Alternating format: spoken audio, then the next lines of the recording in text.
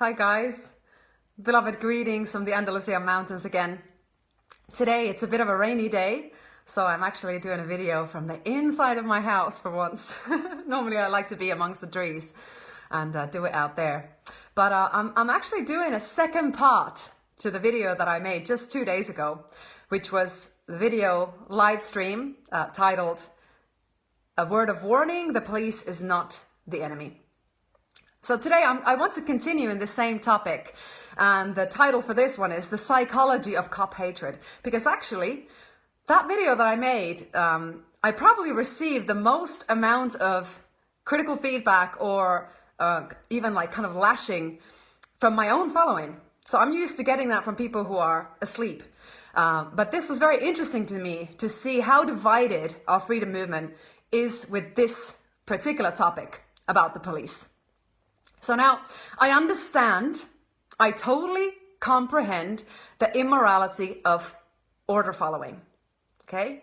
We should all act according to our own conscience, according to objective morality, right and wrong. That I 100% agree with, okay? But the police, like I said in the last video, are not the only ones following orders with absolutely devastating effects in our society.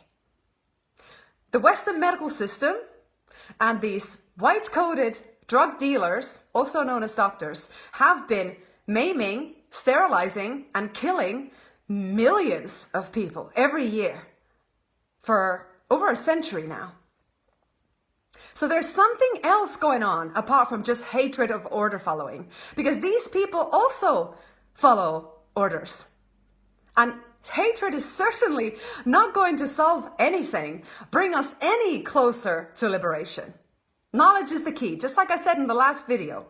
So I understand why anarchists are against policing in principle, because in the ideal world, we would all take responsibility for our own actions. And if we knew the difference between right and wrong, where our rights actually come from, and what are the spiritual consequences of going against natural law, we would behave very differently. But this is not the case in our society right now. And I, in my own experience, have received a lot of support from the police. There was one time that I was being beaten up and choked by a man on drugs, and the police saved my life. I'm absolutely certain of that. They saw me. So let's not be so foolish as to say that every single human being, woman or man, wearing a uniform would somehow be fundamentally evil. If you believe this, you've got some self-inquiry to do. You need to rediscover your humanity and think from a bigger picture. So there's something else going on as to why anarchists hate the police and the military so much, beyond any other order followers. It's just the police. They've got all the words in the dictionary of curse words spared only for the police. And what I think this is to do with, more than anything, is pent-up emotions of powerlessness and psychology of rebellion. And people don't really stop to examine these emotions because they are normally trauma responses, triggers from the past. But this kind of dynamic of rebellion, actually, you know what it does? It reinforces the power hierarchy. Because it makes you act like a teenager who is rebelling against the parent. So I see this as largely unresolved trauma against the father figure, the authoritarian figure of the family. And of course, it's very easy to hate somebody who's telling you you're not allowed to do what you want to do. But we're not asked in this time to be in that reactionary state of consciousness any longer. That is what these guys, the dominators, the class of psychopaths, the predators of our world, that's what they count on. They count on us living in that reactionary state of mind. Instead of be able to recognize, okay, this is triggering me because this guy who is in the wrong, who is trying to rob me of my fundamental human rights, is reminding me of my own father who told me I'm not allowed to go out. Or whatever else, when he beat me up when I didn't deserve it. Or whatever else experience of trauma. We need to pay attention to that. Because hating on that stranger who is wearing this costume is not going to solve the collective predicament, this state of enslavement. It's not going to solve it. If anything, it's going to further dehumanize our sisters and brothers, because you know what? That person underneath the uniform, they may be on a journey to awakening themselves. I speak to police every week, sometimes every day of the week, and I constantly come across people who say to me, you know what? I only recently came to realize what's actually going on. Who just recently woken up, who want to change, who want to be the good one inside their organization of the police and influence them in a positive direction. You know what happens? If all the good police quit, we'll only be left with the brainwashed order followers, the zombies, and the crooks. Those who are purposefully abusing their false sense of authority, who enjoy, this authoritarian role, who enjoy bullying others. You really want those to be the only police that are left in our societies? I don't. I want to have that police who I can actually reason with. And I've had so many positive engagements this last year and a half. There was one time I lost it, where I blew up because I was in the Andes, walking around with a mask, couldn't breathe because there was military on the streets, took my mask down, and a cop car pulled over to my side and said, cover your nose. And because we were in high altitude, so I was actually struggling to breathe. And at that moment, I forgot that it's not these guys' fault. And I just shouted at them. And I let them know that I'm a human being, not a criminal, to leave me alone. Well, what did that result in? Me being surrounded by people with machine guns. And telling me, in this country, here in Peru, if you so-called disrespect the police, you can get 7 years in prison. So that was my one time where I realized that lashing out on the agents of the so-called authority is never the option. So I've been there too. So don't get me wrong. I'm not the perfect goody two-shoe who never loses their temper. It has happened to me. My husband can testify. He was the one who was trying to calm down these people and said, sorry, my wife is going a bit crazy here. So it happened to me. I understand that frustration when somebody is treating you like a criminal, when you've done nothing wrong and it's not right what they are doing. But how about using every opportunity we have with the police as a potential connection to help inform them, to bring the knowledge that they obviously don't have to them? How about seeing them eye to eye as an equal? How about not allowing that costume that they wear to trigger you? To know that there's a brother or a sister inside that costume. And to begin to talk to them with that tone. Not falling into these power dynamics. To treat them as equals. With respect. But knowing that you also deserve respect. Because you are equal in your rights. We are all equal in our rights. Police does not have more rights than us. And a true policeman or policewoman will know this. And they've actually sworn an oath to serve and protect. And I know police, but personally, who have been investigating their superiors, who have been imprisoning lawyers and judges who are crooked and corrupted. So there are good police out there. Let's not be so prejudiced just because in principle, we have a problem with this order following. I understand that. And another thing that we have to be fully aware of is the psychology of post-traumatic stress disorder. Do you know how many police suffer from that? It's an epidemic. 21st century police officers are not trained to know how to handle the constant negative energy that is directed towards them. They're not taught mindfulness, sorry. They're not taught mindfulness, breathing techniques, how to clear out all that pent up energy after your work day when you've maybe seen some horrendous things that nobody should ever see, murder scenes, How do you deal with that energetically, emotionally, psychologically? They're offered very little support. So imagine having to go in day after day, and wherever you show up, there's people calling you names. Hey, you fucking pig. Hey, the filth has arrived. Imagine you being inside that uniform. How would that change your character? Maybe you come out starting to hate on your fellow human beings. Maybe you start seeing them differently because you are constantly mocked and ridiculed. Did you know in France, about 60 police officers take their own lives every year?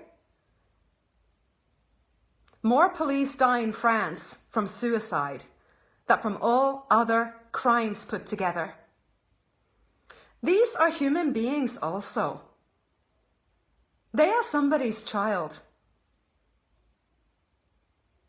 Don't allow this agenda of dehumanization to make you lose compassion towards your fellow human beings just because of the outfit that they are wearing. There are many other people in our societies who also follow orders with devastating effects to our entire collective. Police is not the only one. The issue is the system. So we need to heal the system.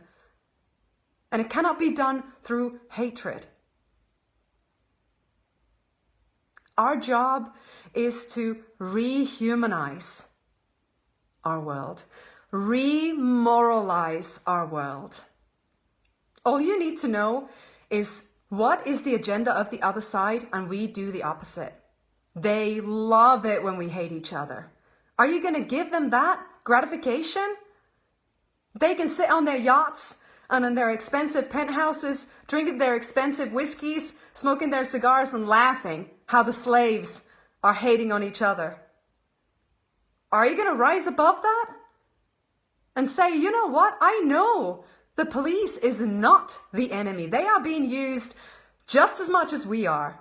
And in fact, it's humiliating what is being done to them. They are being used as attack dogs of these grossly financially rich predators. It's humiliating. Let's help our brothers and sisters see that they are being taken advantage of in the most horrendous way. They're being made to betray their sisters and brothers. Let's have compassion on them. Let's help them see what is truly going on. Mercy is the highest frequency of love. And it's the most powerful force of transformation. All you need to think is your own life. How many times have you been shamed into awakening?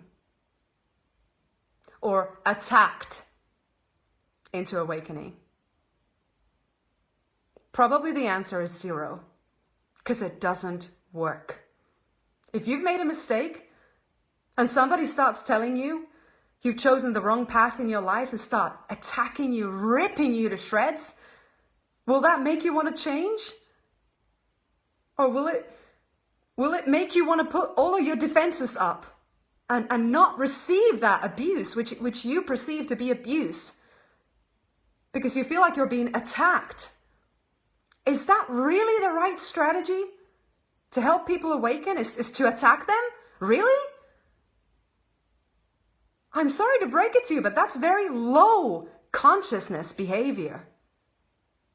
We need to inspire, encourage, lift others, raise awareness, but not force people and expect that that's somehow going to make them listen to you.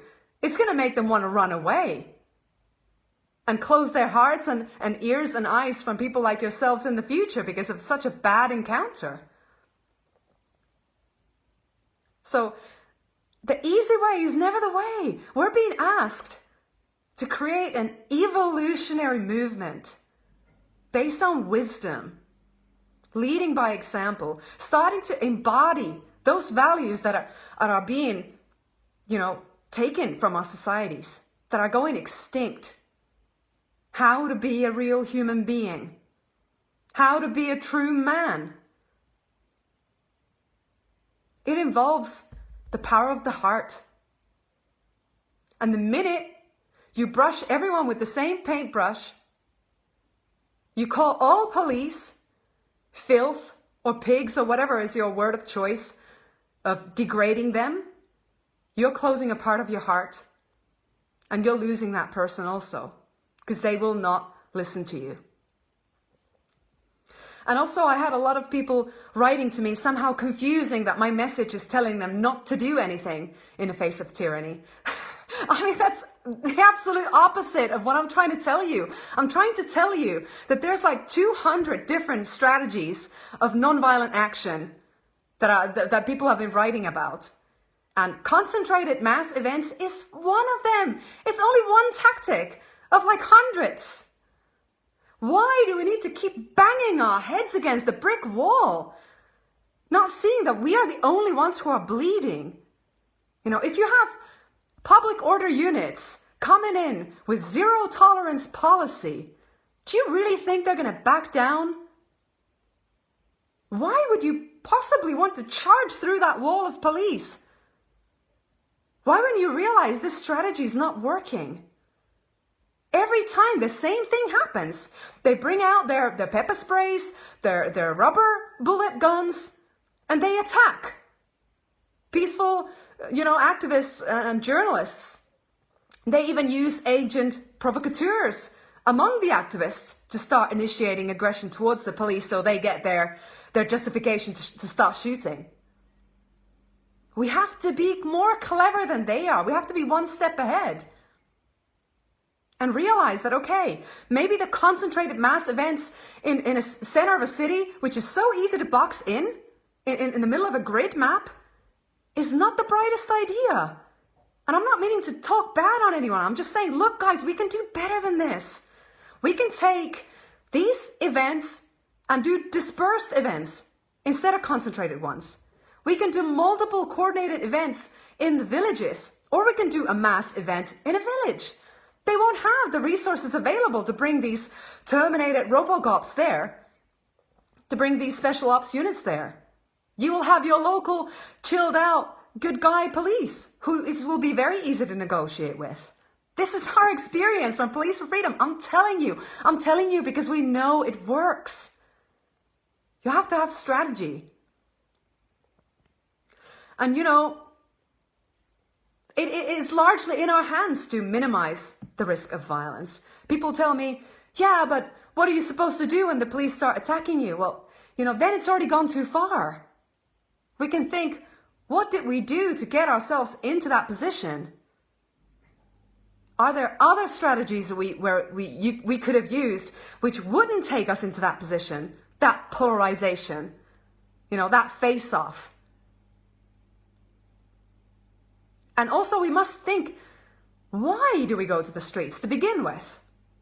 Do we expect our chanting on the streets to somehow make their way into the government office where these politicians who have consciously created this tyranny to change their minds because they hear us saying freedom on the streets? I have from the very beginning of this crazy shit show realized that we are not trying to appeal to them. The purpose of these street events, these manifestations and marches, is to appeal to our fellow sisters and brothers, our communities. So how do we create an event which will attract the regular people to join us? It will not be done if we radicalize ourselves and do everything to help the media to create this radical image of us where there's always violence between the protesters and police. How many you think are going to join us if it's like that? Even if people are standing for truth, they're not going to want to join because they're afraid that they'll be pepper sprayed or they'll be shot with a rubber bullet. So we need to think about it and say, okay, we need to make it so that the regular people feel welcome and safe to join. So we need to have peacekeeping teams. We need to have police liaison. We need to have extremely well thought out plan of the route of the march and the village where we're going to be. You know, major capital cities is not the best idea for these events unless you have good police liaison. It is happening now in the Netherlands. They're able to do huge marches in Rotterdam and Amsterdam because they've built up trust. So it's a call to be creative and intelligent. Stay active. Put all that righteous fury and indignation that you have about this situation into good use. You know, and also practically, we don't know what kind of crowd control technologies are already available. And if we keep forcing our way, you know, saying to the police that we are here because we want to defy you, we don't know how bad it can get. You know, the rubber bullets is one thing, but what's going to happen next? I don't want to see blood on the streets, guys. So let's be creative and think of alternative strategies and remember that so many of those police that you are engaging with are just looking for that one inspiring soul who's going to help them realize that they can do something positive, that they can regain their dignity as a human being, that they can help to heal our world. They can. I'm seeing it. It's happening everywhere. So that's my message for today. I really hope you ponder this issue and allow yourself to see the human underneath the uniform. Lots of love and blessings. Stay strong.